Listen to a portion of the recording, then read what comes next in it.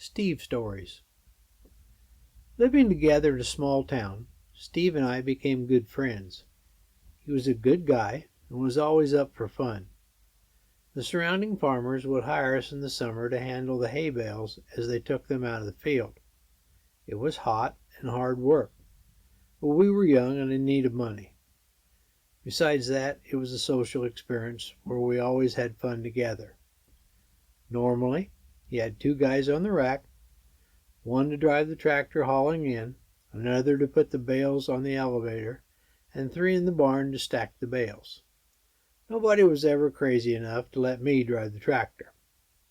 One day, we had worked especially hard all afternoon. It was getting toward the last of the bales, and we all knew Steve was deathly afraid of snakes. Sometime during the day, a snake would always get caught half in and half out of a bale. It would wiggle and squirm to get free. But the snakes in our area were not poisonous, so there was no danger. I was told early in the day that if I found a snake in one of the bales, to make sure it was snake up when going up the elevator. This day, I was stacking the bales on the elevator, and Steve was the first guy in the unloading crew in the barn.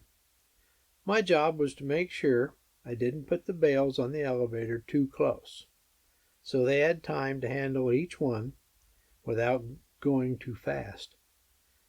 I had done this most of the day and nobody complained.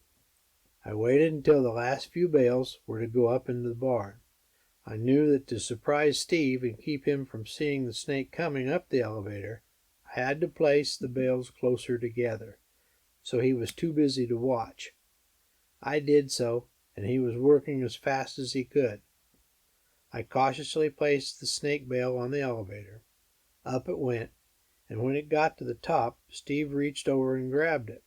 He looked down and saw the snake, screamed like a girl, dropped the bale, and ran away as fast as he could, even though the other bales were falling off the end.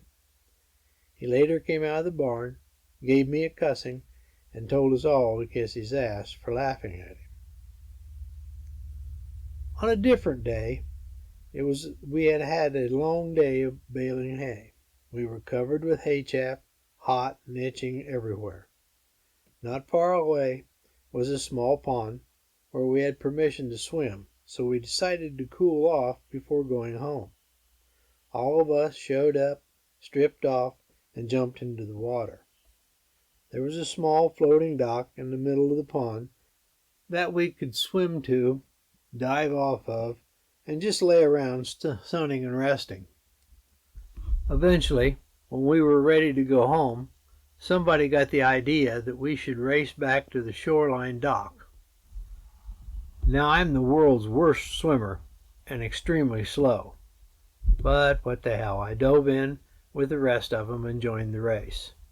There were always water snakes in this pond, but they would see us coming and quickly slither into calmer water. This day was no exception.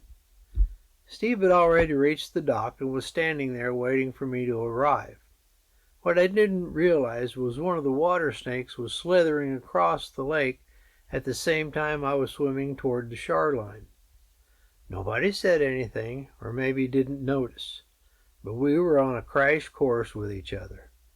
It was bound to happen. I took a stroke down and hit that snake across its body. Immediately it wrapped around my arm. I reached and grabbed it by its head, the only time I ever touched a snake. Truth be known, I'm just as afraid of snakes as Steve.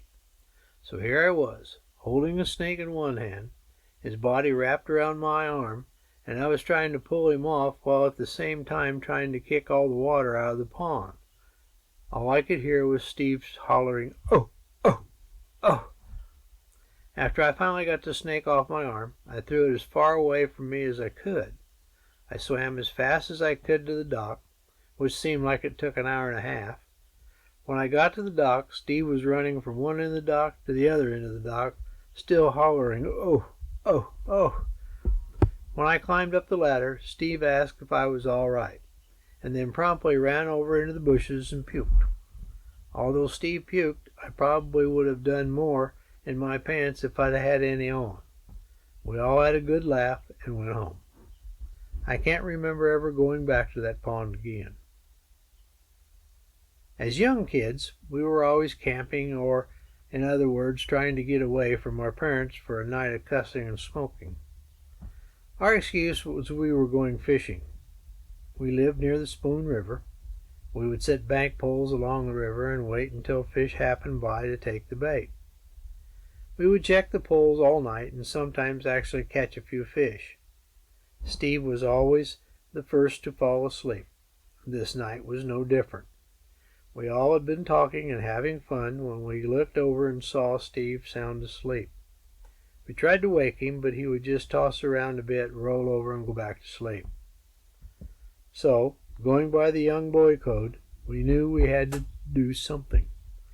We had a fire burning and got to wondering what would happen if we slowly moved the fire closer to his feet. He had on rubber boots, so we weren't going to hurt him very bad. We slowly added wood to the fire and kept building it closer and closer. In due time, you could see him kind of stirring around. Suddenly, he opened his eyes, jumped up, danced around, and then turned to run straight for the river and jumped in. We were all in stitches. I had tears rolling down my cheeks from laughing so hard. Come to find out, he'd been dreaming he was on fire. When he woke up, he felt his feet burning hot, and just as you would expect, he wanted to put out the fire, thus jumping into the river. Another time, Steve and I were out hunting rabbits. We had walked a long ways, and it was cold outside. We had shot a few and were resting along a broken-down fence row. As happens when you're out in the cold, you always need to pee. So Steve stood up, unzipped his pants, and started to pee in the fence row. What we didn't know was that because that part of the fence had broken down, the farmer had put up an electric fence. Somehow that part of the fence had also gotten pushed down with the rest of the fence and was out of sight. It didn't take long for Steve to find out the fence wire was still alive. When that pea hit the electric fence, he screamed, and the shock took him to his knees. He fell to the ground, rolled around, writhing in pain. It didn't take him long to understand what he'd done. It's something comedies are made from, and it was an Oscar winner.